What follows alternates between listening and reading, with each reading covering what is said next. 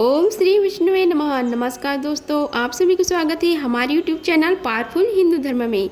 आज हम आप सभी को भादो मास में श्रीमद् भागवत महापुराण में कथा अध्याय 16 और 17 का रसपान कराएंगे, जिसमें वर्णन है श्री कृष्ण का द्वारका गमन। आइए रसपान कीजिए कथा का।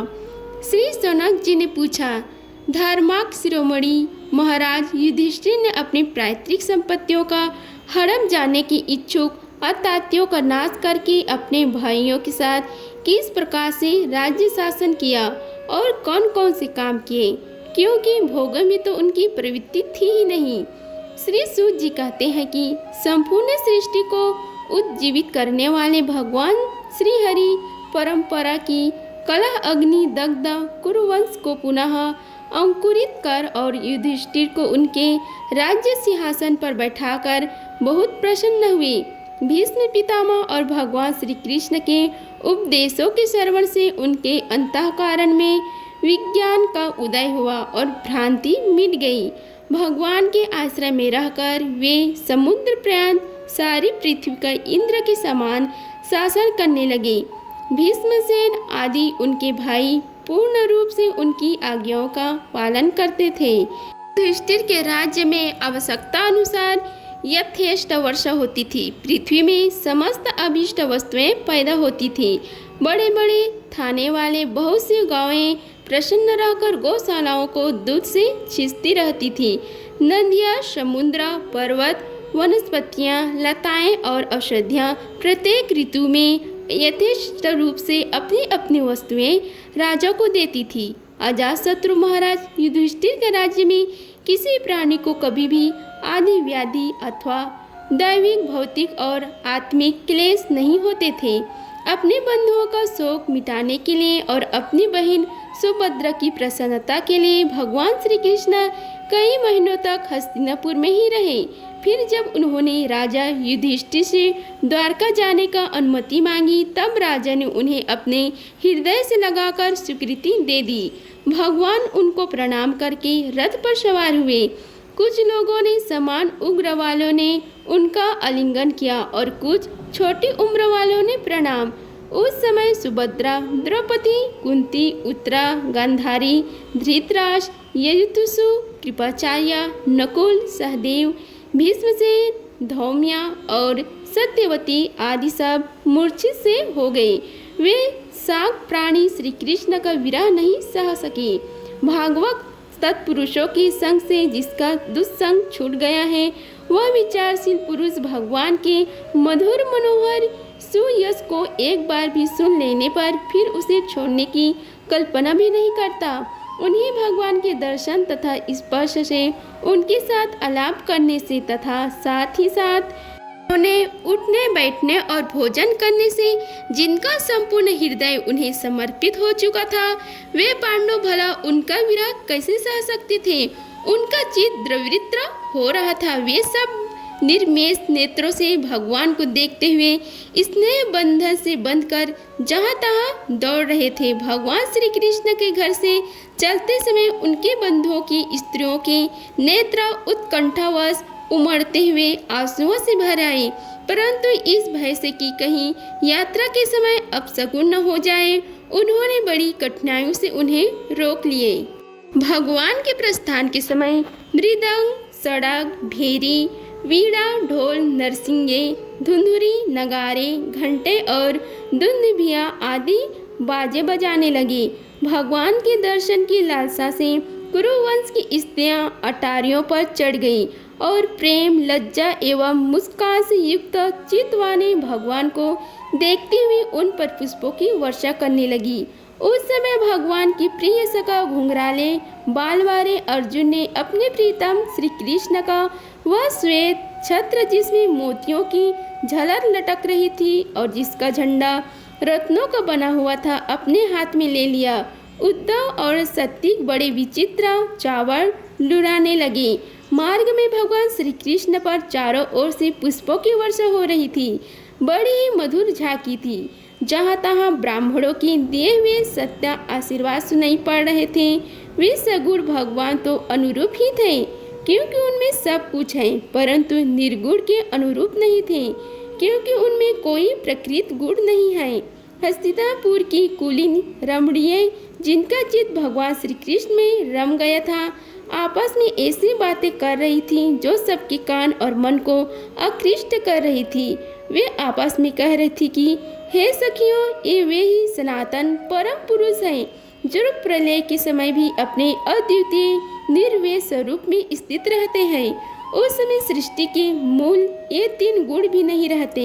जगदम्बा ईश्वर जीव में ही लीन हो जाते हैं और महातत्व आदि समस्त शक्तियाँ अपने कारण अव्यक्त में सो जाती हैं। उन्होंने ही फिर अपने नाम रूप हरि स्वरूप में नाम रूप के निर्माण की इच्छा की तथा अपनी काल शक्ति से प्रेरित प्रकृति का, जो कि उनके अंशभूत जीवों को मोहित कर लेती है और सृष्टि की रचना में प्रवृत्त रहती हैं, उनका अनुसरण किया। साक्षात्कार जितेंद्र योगी अपने प्राणों का वश में करके भक्ति से प्रफुल्लित निर्मल हृदय में किया करते हैं। ये श्री कृष्ण वही साक्षात पर ब्रह्म है। वास्तव में इन्हीं की भक्ति से अंतःकरण की पूर्ण सिद्धि हो सकती है, योग आदि के द्वारा नहीं। हे सखी, वास्तव में ये वही है जिनकी सुंदर लीलाओं का गायन वेदों में और दूसरे गोपनीय शास्त्र में व्यास आदि रहस्यवादी ऋषियों ने किया है, जो एक अद्वितीय ईश्वर है और अपनी लीला से जगत की सृष्टि, पालन तथा संहार करते हैं, परंतु उनमें आसक्त नहीं होते। जब तामसी बुद्धि वाले राजा अधर्म से अपना पेट पालने लगते हैं, तब यही सत्व गुण को स्वीकार कर ऐश्वर्य, सत्य, रीत, दया और यश प्रकट करते हैं और संसार के कल्याण के लिए युग युग में अनेक अवतार धारण करते हैं। अहो, यह यदुवंश परम प्रसन्न है। ये लक्ष्मीपति श्री पुरुषोत्तम श्री कृष्ण ने जन्म ग्रहण करके इस वंश को सम्मानित किया है। वह पवित्र मधुवन व्रजमंडल भी अत्यंत धन्य है, जिसे इन्होंने अपने शैशव एवं किशोर अवस्था में घूम फिर कर सुशोभित किया है। बड़े हर्ष की बात है कि द्वारका के स्वर्ग की यश का विस्तार करके पृथ्वी के पवित्र यश को बढ़ाया है। क्यों न हो, वही का प्रजा अपने स्वामी भगवान श्री कृष्ण को, जो बड़े प्रेम से मंद मंद मुस्कुराते हुए उन्हें कृपा दृष्टि से देखते हैं, निरंतर निहारती रहती है। हे सखी, जिनका इन्होंने पाणी ग्रहण किया है, उन स्त्रियों ने अवश्य ही व्रत, स्नान, हवन आदि के द्वारा इन परमात्मा की आराधना की होगी, क्योंकि वे बार बार इनकी उस आधार सुधा का पान करती हैं, जिसके स्मरण मात्र से ही व्रज बालाएं आनंद से मूर्छित हो जाया करती थी। वे स्वयं वर में शिशुपाल आदि मत वाले राजाओं का मान मर्दन करके, जिनको अपने बाहुबल से हार लाए थे तथा जिनके पुत्र प्रद्युम्न, शंभ एवं अम्ब आदि हैं, वे रुक्मणी आदि 8 पत्नियां और पटरानी और ममुकसुर को मारकर लाई हुई जो इनकी हजारों अन्य पत्नियां हैं, वे वास्तव में धन्य हैं, क्योंकि इन सभी ने ही स्वतंत्रता और पवित्रता से रहित स्त्री जीवन को पवित्र और उज्जवल बना दिया है। इनकी महिमा को वर्णन कोई क्या करे। इनके स्वामी साक्षात कमल नयन भगवान श्री कृष्ण हैं, जो नाना प्रकार की प्रिय चेष्टाओं तथा पराजित आदि प्रिय वस्तुओं की भेंट से इनके हृदय में प्रेम एवं आनंद की अभिवृद्धि करते हुए कभी एक क्षण के लिए भी इन्हें छोड़कर दूसरी जगह नहीं जाते। हस्तिनापुर की स्त्रियां इस प्रकार बातचीत कर रही थी कि भगवान श्री कृष्ण मंद मंद मुस्कान और प्रेमपूर्ण चित्तवन से उनका अभिनंदन करते हुए वहां से विदा हो गए। अजातशत्रु युधिष्ठिर ने भगवान श्री कृष्ण की रक्षा के लिए हाथी, घोड़े, रथ और पैदल सेना उनके साथ कर दी। उन्हें स्नेहवश यह शंका हो आई थी कि कहीं रास्ते में शत्रु इन पर आक्रमण न कर दे। सुदृढ़ प्रेम के कारण कुरुवंशी पांडव भगवान के साथ बहुत ही दूर तक चले गए। वे लोग उस समय भाव विहार से व्याकुल हो रहे थे। भगवान श्री कृष्ण ने उन्हें बहुत आग्रह करके विदा किया और सत्यक, उद्धव आदि प्रेमी मित्रों के साथ द्वारका की यात्रा की। सनक जी वे कुरु, जंगल, पंचाल, सुरसेन, यमुना के तटवर्ती प्रदेश, ब्रह्मवर्त, कुरुक्षेत्र, मत्स्य, सारस्वत और मरुध्व देश को पार करके सौवीर और अभीर देश के पश्चिम अनर्थ देश में आए। उस समय अधिक चलने के कारण भगवान के रथ के घोड़े कुछ थक से गए थे। मार्ग में स्थान स्थान पर लोग ऊपर आदि द्वारा भगवान का सम्मान करते। संयम काल होने पर वे रथ पर से भूमि पर उतर आते और जल आसन पर जाकर संध्या वंदन करते। यह उनकी नित्य चर्चा थी। इति श्री भागवत महापुराण कथा अध्याय 15 का समाप्त हुआ। आइए रसपान कीजिए कथा अध्याय 16 का, जिसमें वर्णन है द्वारका में श्री कृष्ण का राजोचित स्वागत। सूत जी कहते हैं, श्री कृष्ण ने अपने समृद्ध अनर्थ देश में पहुंचकर वहां के लोगों की विरह वेदना बहुत कुछ शांत करते हुए अपने श्रेष्ठ पांचजन्य नामक संग बजाया। भगवान के होठों की लाली से लाल हुआ वह श्वेत वर्ण संग बजते समय उनके कर कमलों में ऐसा शोभामान हुआ जैसे लाल रंग के कमलों पर बैठकर कोई राजहंस उच्च स्वर से मधुर गान कर रहा हो। भगवान के संग की वह ध्वनि संसार के भय को भयभीत करने वाली है। उसे सुनकर सारी प्रजा अपने स्वामी श्री कृष्ण के दर्शन की लालसा से नगर के बाहर निकल आई। भगवान श्री कृष्ण आत्माराम है, वे अपने आत्मलाभ से ही सदा सर्वदा पूर्ण काम है। फिर भी जैसे लोग बड़े आदर से भगवान सूर्य को भी दीपदान करते हैं, वैसे ही अनेक प्रकार की भेंटों से प्रजा ने श्री कृष्ण का स्वागत किया। सबके मुख कमल प्रेम से खिल उठे। वे हर्ष गदगद वाणी से सबके सुहृदय और संरक्षण भगवान श्री कृष्ण की ठीक वैसे ही स्तुति करने लगे जैसे बालक अपने पिता से अपनी तोतली बोली में बातें करते हैं। हे स्वामी, हम आपके उन चरण कमलों को सदा सर्वदा प्रणाम करते हैं जिनकी वंदना ब्रह्मा, शंकर और इंद्र तक करते हैं, जो इस संसार में परम कल्याण चाहने वाले के लिए सर्व उत्तम आश्रय हैं, जिनका शरण लेने पर परम समर्थ काल भी एक बाल तक बाका नहीं कर सकता। हे विश्व भावन, आप ही हमारे माता सुहृदय स्वामी और पिता हैं। आप ही हमारे सद्गुरु और परम आराध्य देव हैं। आपके चरणों की सेवा से हम कृतार्थ हो रहे हैं। आप ही हमारा कल्याण करें। हम आपको पाकर सनात हो गए हैं, क्योंकि आपके सौंदर्य सार अनुपम रूप का हम दर्शन करते रहते हैं। कितना सुंदर मुख है, प्रेमपूर्ण मुस्कान से स्निग्ध चितवन, यह दर्शन तो देवताओं के लिए भी दुर्लभ है। हे कमल नयन श्री कृष्ण, जब आप अपने बंधु बंधाओं से मिलने के लिए हस्तिनापुर अथवा मथुरा व्रजमंडल चले जाते हैं, तब आपके बिना हमारा एक एक क्षण कोटि कोटि वर्षों के समान लंबा हो जाता है। आपके बिना हमारी दशा वैसे ही हो जाती है जैसे सूर्य के बिना आँखों की। हे भक्तवत्सल भगवान श्री कृष्ण, प्रजा के मुख से ऐसे वचन सुनते हुए और अपनी कृपामयी दृष्टि से उन पर अनुग्रह की वृष्टि से करते हुए द्वारका में प्रविष्ट हुए। जैसे नाग अपनी नगरी भोगवती पातालपुरी की रक्षा करते हैं, वैसे ही भगवान की वह द्वारकापुरी भी मधु, भोज, दसह, अरह, कुकुर, अंधक और विष्णु वंशी यादवों से, जिनकी परम क्रमी तुलना और किसी से भी नहीं की जा सकती, सुरक्षित थी। वह पूरी समस्त ऋतुओं के संपूर्ण वैभव से संपन्न एवं पवित्र वृक्षों एवं लताओं के कुंजों से युक्त थी। स्थान स्थान पर फूलों से पूर्ण उद्यान, पुष्प वाटिकाएं एवं क्रीड़ावन थे। बीच बीच में कमल युक्त सरोवर नगर की शोभा बढ़ा रहे थे। नगर के फटकों को महल के दरवाजों और सड़कों पर भगवान के स्वागतार्थ बंदर वारें लगाई गई थी। चारों ओर चित्र विचित्र ध्वजें पताकाएं फहरा रही थी, जिनसे उन स्थानों पर धमाका का कोई प्रभाव नहीं पड़ता। उनके राजमार्ग में अन्य सड़कें, बाजार और चौक झाड़ बहुहार कर सुगंधित जल से छींच दिए गए थे और भगवान के स्वागत के लिए बरसाए हुए फल फूल अक्षत अंकुर चारों ओर से बिखरे हुए थे। घरों के प्रत्येक द्वार पर दही, अक्षत, फल, ईख, जल से भरे हुए कलश, उपहार की वस्तुएं और दीप धूप आदि सजा दिए गए थे। उदार शिरोमणि वासुदेव अक्रूर उग्रसेन, अद्भुत पराक्रमी बलराम, प्रद्युम्न, चारुदेशन और जामवंती नंदन शंभ ने जब यह सुना कि हमारे प्रियतम भगवान श्री कृष्ण आ रहे हैं, तब उनके मन में इतना आनंद उमड़ा कि उन लोगों ने अपने सभी आवश्यक कार्य, सोना, बैठना और भोजन आदि छोड़ दिए। प्रेम के अवगाव से उनका हृदय उछलने लगे।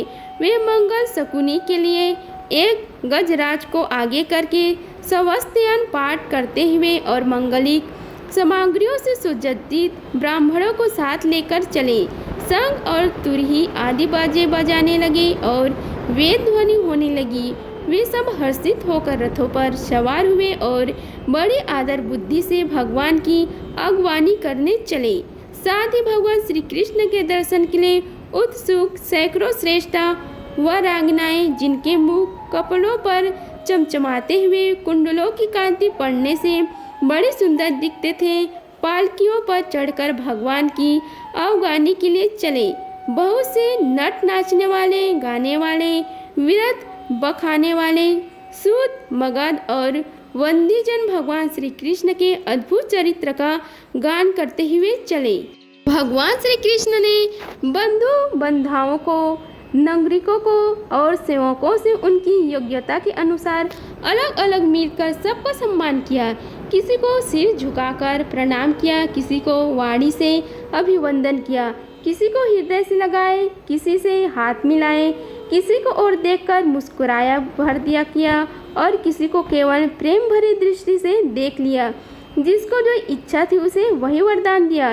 इस प्रकार चंडाल पर्याय सबको संतुष्ट करके गुरुजन, सब पत्नी ब्राह्मण और वृद्धों का तथा दूसरे लोगों का भी आशीर्वाद ग्रहण करते हुए एवं वंदनीय जनों को विरोधवली सुनते हुए सबके साथ भगवान श्री कृष्ण ने नगर में प्रवेश किया। हे सनोक जी, जिस समय भगवान राजमार्ग से जा रहे थे, उस समय द्वारका की कुल कामनियां भगवान के दर्शन को ही परम आनंद मानकर अपनी अपनी अटारियों पर चढ़ गई। भगवान का वक्ष स्तर मूर्तिमान सौंदर्य लक्ष्मी का निवास स्थान है। उनका मुख अरविंद नेत्रों के द्वार पर पान करने के लिए सौंदर्य सुधा से भरा हुआ पात्र है। उनकी भुजाएं लोकपालकों की भी शक्ति देने वाली हैं। उनके चरण कमल भक्त परमहंसों की आश्रय हैं। उनके अंग अंग शोभा की धाम है। भगवान की इस छवि को द्वारकावासी नित्य निरंतर निहारते रहते हैं, फिर भी उनकी आंखें एक क्षण के लिए भी तृप्त नहीं होती। द्वारका के राजपथ पर भगवान श्री कृष्ण के ऊपर श्वेत वर्ण का छत्र तना हुआ था। श्वेत चावल डुलाए जा रहे थे। चारों ओर से पुष्पों की वर्षा हो रही थी। वे पीताम्बर और वनमाला धारण किए हुए थे। इस समय वे ऐसा शोभामान हुए मानो श्याम मेघ एक ही साथ सूर्य, चंद्रमा, इंद्रधनुष और बिजली से शोभामान हो। सबसे पहले श्री कृष्ण भगवान अपने माता पिता के महल गए। वहां उन्होंने बड़े आनंद से देवकी आदि सातों माताओं को चरणों पर सिर रखकर प्रणाम किया और माताओं ने उन्हें अपनी हृदय से लगाकर गोद में बैठा लिए। स्नेह के कारण उनके स्तनों से दूध की धारा बहने लगी। उनका हृदय हर्ष से विहल हो गया और वे आनंद के आंसुओं से उनका अभिषेक करने लगी। माताओं से आज्ञा लेकर वे अपने समस्त भोग सामग्रियों से संपन्न सर्वश्रेष्ठ भवन गए। उसमें 16,000 पत्नियों के अलग अलग महल थे। अपने प्राणनाथ भगवान श्री कृष्ण को बहुत दिन बाहर रहने के बाद घर आया देखकर रानियों के हृदय में बड़ा आनंद हुआ। उन्हें अपने निकट देखकर वे एकाएक ध्यान छोड़कर उठ खड़ी हुई। उन्होंने केवल आसन को ही नहीं बल्कि उन नियमों को भी त्याग दिया जिन्हें उन्होंने पति के प्रवासी होने पर ग्रहण किया था। उस समय उनके मुख और नेत्रों में लज्जा छा गई। भगवान के प्रति उनका भाव बड़ा ही गंभीर था। उन्होंने पहले मन ही मन, फिर नेत्रों के द्वारा और तत्पश्चात पुत्रों के बहाने शरीर से उनका आलिंगन किया। हे शनौक जी, उस समय उनके नेत्र में जो प्रेम के आंसू छलक आए थे, उन्हें संकोचवश उन्होंने बहुत रोका, फिर भी विवशता के कार्य में ढल ही गए। यद्यपि भगवान श्री कृष्ण एकांत में सर्वदा ही उनके पास रहते थे, तथापि उनके चरण कमल उन्हें पद पद पर नए नए जान पड़ते थे। भला स्वभाव से ही चंचल लक्ष्मी, जिन्हें एक क्षण के लिए भी कभी नहीं छोड़ती। उनका सानिध्य से किस स्त्री तृप्ति हो सकती है। जैसे वायु बांसों के संघर्ष से दावानल पैदा करके उन्हें जला देता है, वैसे ही पृथ्वी के भारभूत और शक्तिशाली राजाओं में परस्पर फूट डालकर बिना शस्त्र ग्रहण किए ही भगवान श्री कृष्ण ने उन्हें कई अक्षणीय सेना सहित एक दूसरे से मरवा डाला। उसके बाद आप भी उपराम हो गए। साक्षात परमेश्वर ही अपनी लीलाओं से इस मनुष्य के लोक में अवतरित हुए थे और सहस्त्र रमणी रत्न में रहकर उन्होंने साधारण मनुष्य की तरह क्रीड़ा की, जिनकी निर्मल और मधुर हंसी उनकी हृदय की उन्मुक्त भावनाओं को सूचित करने वाली थी, जिनकी लज्जिली चितवन की चेट से बेसुध होकर विश्व विजयी कामदेव ने भी अपने धनुष का परित्याग कर दिया था। वे कामनियाँ अपने काम विलास से जिनके मन में तनिक भी क्षोभ नहीं पैदा कर सकी, उन असंख्य भगवान श्री कृष्ण को संसार के लोग अपने ही समान कर्म करते देखकर अशक्त मनुष्य समझते हैं। यह उनकी मूर्खता है। यही तो भगवान की भागवता है कि वे प्रकृति में स्थित होकर भी उसके गुणों से कभी लिप्त नहीं होते। जैसे भगवान की शरणागत बुद्धि अपने में रहने वाले प्राकृत गुणों से लिप्त नहीं होती, वे मूढ़ स्त्रियां भी श्री कृष्ण को अपना एकांत सेवा स्त्री प्राण भक्त ही समझ बैठती हैं, क्योंकि वे अपने स्वामी की ऐश्वर्य को नहीं जानती। ठीक वैसे ही जैसे अहंकारी वृत्तियाँ ईश्वर को अपने धर्म से युक्त मानती हैं। इति श्री भागवत महापुराण कथा अध्याय 16 का समाप्त हुआ। अगर आप सभी को हमारी वीडियो अच्छी लगी होगी तो वीडियो को लाइक कीजिए, चैनल को सब्सक्राइब कीजिए और कमेंट बॉक्स में ओम नमो भगवते वासुदेवाय लिखें। धन्यवाद। मिलते हैं अगले वीडियो में, तब तक के लिए जय श्री राधे कृष्णा।